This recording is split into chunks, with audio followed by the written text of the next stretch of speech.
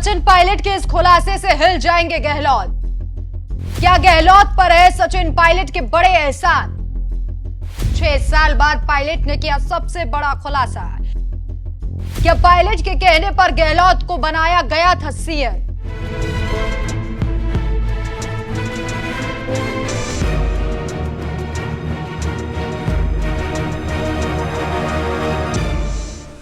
नमस्कार, मैं हूं आपके साथ राखी लांबा और आप देख रहे हैं न्यूज एक्सप्रेस। राजस्थान के पूर्व उप मुख्यमंत्री सचिन पायलट एक ऐसे युवा नेता जिनके भाषण जोश से भर देते हैं। पायलट को पिता से राजनीतिक गुर मिले, समर्पण की भावना भी उन्हें अपने पिता से ही मिली। पायलट कभी सत्ता और पद के पीछे नहीं भागे। आज राजनीति में कई ऐसे उदाहरण हैं जो अपने पिता के आदर्शों को कुचलते हुए पद की लालसा में दूसरी पार्टियों में चले गए। इसका सबसे बड़ा उदाहरण एमपी के गुना सीट से बीजेपी प्रत्याशी और केंद्रीय मंत्री ज्योतिरादित्य सिंधिया है, जिनके पिता माधवराव सिंधिया कांग्रेस का हिस्सा रहे, लेकिन बेटे ने गद्दारी कर कांग्रेस की ही सरकार गिरवा दी। कहा जाता है कि कमलनाथ की जगह सिंधिया को सीएम की कुर्सी की चाहत थी। जब वो चाहत पूरी नहीं हुई तो उन्होंने बगावत कर रास्ता चुना कांग्रेस को छोड़ने का। कई बार खबरें आई कि सचिन पायलट भी ऐसा कर सकते हैं। राजस्थान में जब सियासी संकट छाया था, अशोक गहलोत और पायलट के बीच नोकझोंक थी, तब भी पायलट ने कांग्रेस का साथ नहीं छोड़ा था।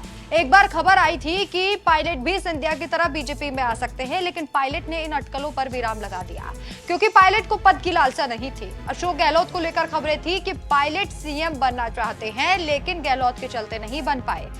अब करीब 6 साल बाद सचिन पायलट ने ऐसा खुलासा किया है जिससे सिंधिया जैसे लोगों की आंखें खुल जाएंगी।